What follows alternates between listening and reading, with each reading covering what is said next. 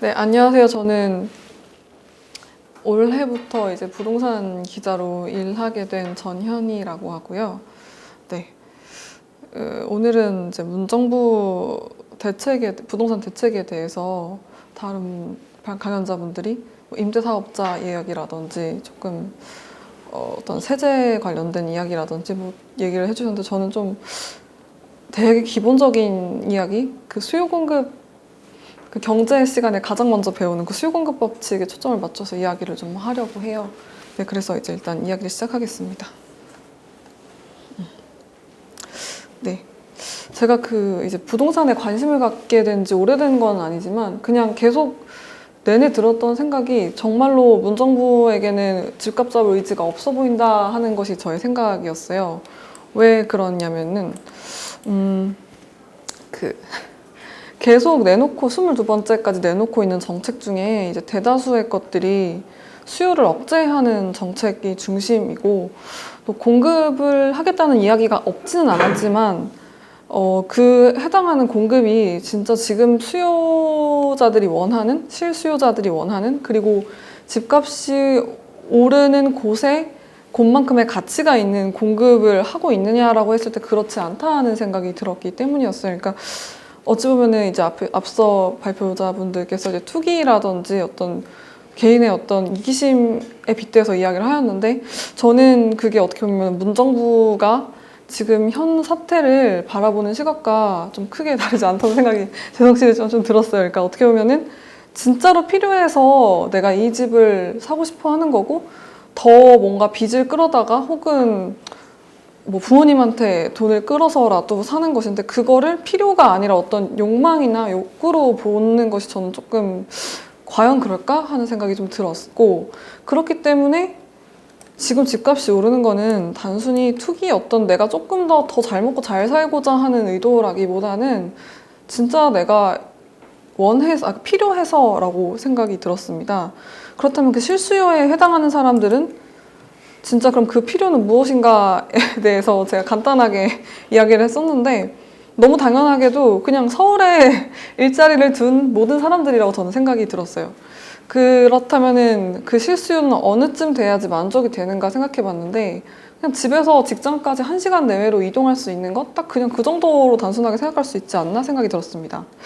그러면은 사실상 공급을 해야 하는데 왜 공급 대책에 대해서는 오히려 조금 미진하고 그 시그널을 주지 않는가? 좀 저는 그걸 이제 오늘 초점을 맞춰서 이야기를 해보려고 하고 있습니다. 그래서 수요만 억제한 채 공급은 조금 이제 미진한 것이 저는 이 정부의 부작용이 난 것의 가장 큰 패착이 아닌가 하는 생각이 들었고, 네. 그래서 이제 일단 간단하게 이제 사실 할 얘기 거의 다 드렸는데 세부적으로 간단하게 말씀을 드리겠습니다. 저는 이제 좀 이론적인 이야기보다도 아무래도 이제 현장에 가는 기자로서 그냥 현장의 이야기를 좀 더 들려드리는 데 초점을 맞추겠습니다. 일단은 이제 제가 부동산에 가서 이제 들었던 이야기들이에요. 이런 것들은 이제 어떻게 보면 수요 억제를 하는 것도 효과가 사실은 아예 없는 게 아니고 일부 있는데 이제 예를 들면 그 6월 이전에 다주택자이신 분들이 처분을 할 경우에 주택을 처분하면 양도세 감면 10% 해주겠다 하는 것들이 이 얘기 때문에 어느 정도 조금 매물이 나왔다고 하더라고요. 부동산 시장에, 그 부동산에. 근데 팔지 않으시는 분들이 오히려, 그러니까 몇 개 나오기는 했는데 글쎄 이런 정도의 반응이었어요. 보니까 왜 그렇게 생각을 하냐 봤더니 이건 이제 사실 제가 단톡방에서 긁어온 얘기예요. 오픈 카톡방에서 이제 대책 나와도 그냥 세금을 더 내는 게 오히려 더 이득이다라고 생각을 하시더라고요. 왜냐면 취득세 내는 거 지금 올렸다고 하더라도 그냥 어쨌든 집 가지고 있으면 취득세보다 더 오를 텐데 뭘 더 팔아? 약간 이런 개념을 갖고 있다고 하더라고요. 결국에는 팔지 않는 이유는 오르기 때문이다. 오를 거라는 어떤 예상 때문이다라고 저는 판단을 내렸습니다. 그렇다면 이제 수요 억제책만으로는 부족하고 그럼 실수요자들은 실제로 여기서 우리 정부가 생각하는 실수요자들은 어떻게 보면 무주택자이거나 혹은 1주택자를 이야기를 하는 거잖아요. 그래서 저는 여기서 특히 무주택자에 초점을 맞춰서 얘기를 할 건데 무주택자는 어쨌든 지금 집을 살아야 되니까 전세에 들어가서 살거나 아니면 집을 사거나 둘 중에 하나를 해야 되는 거 아닙니까? 그래서 이제 일단은 이제 전세를 살고 싶어 하는 사람들은 전세를 사려고 봤더니 이제 이번에 좀 여기서 제가 너무 앞선 발표자분들의 조금 반박을 하는 것 같아서 좀 죄송스럽긴 한데 저는 사실 임대차 3법이 이 시행하려는 의도와는 다르게 궁극적으로 긍정적인 결론을 가져왔나라고 싶을 때 절대 아니라고 생각이 들었던 게 오늘 바로 제가 우라카이를 했던 기사 중에 바로 이 기사인데 네, 이제 임대차 3법을 시행하겠다고 얘기가 나오니까 지금 이제 강남 3구에 해당하는 강남 서초 송파랑 마용성에 해당하는 마포, 용산, 성동에 있는 아파트들이 지금 전세를 내놨던 분들이 아예 오히려 전월세로 전환을 한다거나 막 예를 들면 이제 9억짜리 아파트가 있었는데 9억짜리 아파트에서 9억짜리 아파트가 있었는데 그거의 전세가가 6억이었는데 그걸 전세가를 8억으로 올려받거나 전세가를 올리거나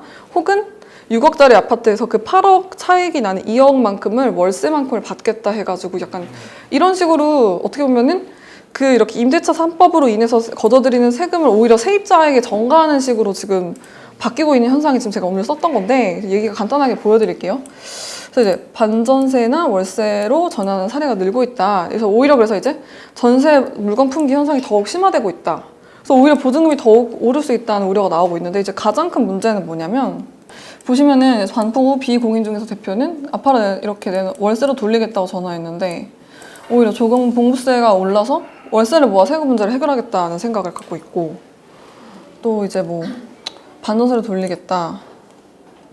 여기 이제 8억 원래 6억 하던 게 지금 8억에서 8억 5천만까지 올랐고 또 9억에도 계약이 된다. 그리고 오히려 이제 보증금 그대로 가져가면서 제가 말씀드렸던 부분이 이렇게 나와 있습니다. 그래서 또 그리고 한 가지 더 매매 같은 경우에는 이제 전세가가 이렇게 오르고 있으니까 전세 사느니 차라리 집을 사자. 예를 들면 이제 갭이 작은 지역, 노원구라든지 하는 지역들은 이제 보통 3억 이하 아파트라던가 6억 이하 아파트들이 많았었어요. 그래서 이제 그런 생각 때문에 아예 매매를 하러 오시는 분들이 많더라고요. 제가 직접 그래서 저번 주에 노원구에 다녀왔었는데 이제 보면은 노원구가 6월 달에 가장 거래량이 많았던 지역 중에 한 곳이에요. 한 달에 1,437건이 지난달에 됐었는데요. 이제 그래서 제가 가장 거래량이 많았던 지역 그 아파트 3곳을 들렀어요.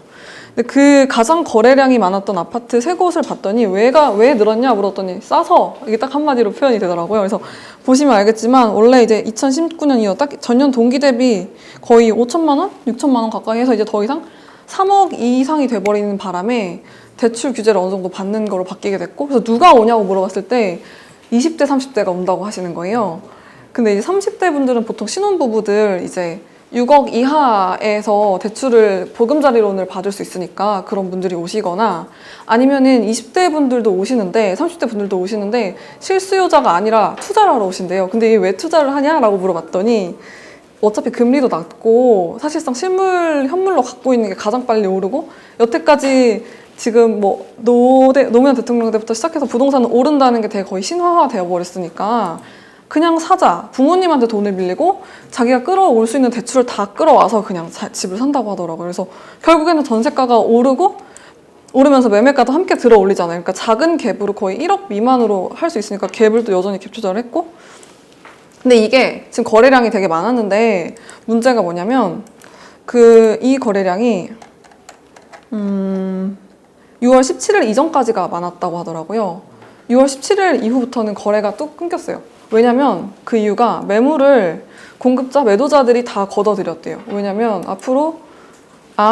지금 앞으로 또 부동산 가격이 계속 오르겠거니 라는 생각을 한 거죠. 왜냐면 6.17 대책이 나왔는데 거기서 예를 들면 이제 보면은 공급이 더 이상 나오지 않을 거라는 시그널로 받아들였다고 하더라고요. 예를 들면은 이제 재건축 관련된 규제 중에서 내가 재건축 아파트에 살고 있을 때 나중에 분양권을 얻으려면은 그 실거주를 2년 정도 해야 한다라고 하는 요건이 있었어요. 근데 이제 이분들이 어떻게 아까 말씀하신 것처럼 임대사업자 등록을 해놓고 만약에 실거주하지 않는 분들이면은 사실상 이제 그 진행에 어떻게 보면은 과정에서 차질이 생기는 요소 중에 하나가 되는 거예요. 그래서 이제 어찌 보면 물론 그 임대사업자들이 당장에 그러니까 매물을 내놓지 않아서 공급이 없는 부분도 있지만 그 재건축을 기다려서 나중에 신축 공급에 대한 시그널이 어떻게 보면 없기 때문에 오히려 이렇게 그냥 재건축을 앞두고 있는 노원구 아파트 쪽으로 달려갔다 이런 정도의 이제 의미로 받아들이게 됐어요. 네. 그래서 이제 아까 방금 말씀드렸던 게 이제 오늘이 가장 저렴하다라는 그 유명한 이야기로 네, 갔다고 했고, 네, 그러니까 방금 말씀드렸던 얘기고요. 그래서 오히려 이제 이제 이건 솔직히 부동산 중개를 하시는 분들이 거래가 많이 될수록 자기들이 돈 버니까 하는 말 같기는 한데, 오히려 차라리 다주택자들이 단타 거래가 활발했을 때 그나마 매물이 나와 있었으니까 차라리 좀 그때가 낫지 않았나라는 생각을 했다고 하더라고요. 근데 물론 이거는 좀 저도 완전히 동의할 수 있는 건 아닌데 어떤 이런 의견도 있더라라는 걸 전 소개를 하려고 썼습니다. 네, 그래서 일단 마지막으로 이제 말씀드릴 거는 결론은 아까 말씀을 드렸는데 결국에는 정말 필요한 공급을 먼저 했으면 좋겠다 하는 게 이제 앞으로 집을 구하고 싶어 하는 실수요자 입장으로서의 한마디입니다. 근데 정부가 늘 얘기하는 게 서울시 공급이 항상 충분하다고 얘기를 하고 하는데 이제 보면은 이제 이게 2020년에 서울 주요 지역에 입주하는 새로운 단지고 또 이제 전국 입주 물량인데요. 이제 지금 제가 요거 숫자가 좀 틀려가지고 이 부분은 제가 나중에 뭐 수정을 하든가 하겠습니다. 근데 어쨌든 올해 입주 물량이 정부가 주장하는 건 한 5만 정도고 부동산 114에서 집계한 건 한 4만 정도 된더라고요. 근데 이게 왜 이렇게 차이가 나는가 봤더니 정부는 보통 이거를 이제 추계를 한다고 하더라고요. 만약에 예를 들면 분양을 한다던가 입주를 한다거나 했을 때 이게 조금 미뤄지거나 할 수도 있고 어쨌든 좀 약간 네 그렇다고 하고요. 그리고 약간 좀 정부가 주장하는 내용 중에 하나가 서울 인구가 줄고 있고 있기 때문에 오히려 지금 공급을 더 하면은 나중에 폭락하면 어떻게 할래? 라는 약간 반문을 하는 건데 저는 근데 이건 어떻게 보면 정부가 대기 수요 개념을 좀 간과한 게 아닌가 생각이 들었어요. 지금 서울 인구는 줄어들고 있는 게 맞는데 경기도권, 인천권의 인구는 늘고 있는 걸로 제가 알고 있거든요. 그래서 사실은 서울에서 집을 못 사는 사람들이 서울을 이탈해가지고 경기권, 인천권으로 가가지고 집을 사니까 지금 이렇게 발생하는 현상인 거잖아요. 어떻게 보면은 그들은 언제든지 서울에 제 집이 있으면은 서울로 들어올 사람들이 아닌가 싶어가지고 저는 조금 그래서 이제 뭐 아까 윤범기 기자님께서 말씀하셨던 부분 중에 박원순 시장이 돌아가시기 전에 고밀도 재건축 공급에 대해서 이제 한마디 언급을 해달라고 하셨는데 저는 사실 그거를 안 넣었어요. 왜 안 넣었냐면은 임대주택이잖아요. 그러니까 물론 뭐 신혼부부 특별공급도 있고 하지만 일단은 아까 제가 좀 말씀을 하다가 빠뜨린 게 하나 있는데 노원구에 사람들이 몰리는 이유가 젊은 사람들이 신축에 청약 가점제가 당첨되기가 어려워가지고 그냥 이러다 집 못 사는 거 아니야? 싶으니까 그냥 어쨌든 제일 싼 데 가가지고 사는 거라고 하더라고요. 근데 이제 지금 그런데 임대주택이라는 것은 어떻게 보면 물론 뭐 10년, 50년 단위도 있지만 평생 살 수 있는 것이 아니고 어떻게 보면 약간은 불안정한 것이 아닌가 싶어가지고 저는 과연 그것이 젊은 수요가 원하는 실질적 대책이 될 수 있는가 하는 의문에서 딱히 그 부분을 넣지 않았고 물론 이제 자신의 어떤 소득 계층에 따라서 다 다른 이건 저의 말이 되게 불분명하고 옳지 않은 말이 될 수 있지만 저는 적어도 임대주택에 살고 싶다는 생각은 해본 적 없거든요. 그래서 저는 되게 당사자적인 입장에서 조금 이제 발표를 하게 됐습니다. 네, 여기까지 하겠습니다. 감사합니다. 네.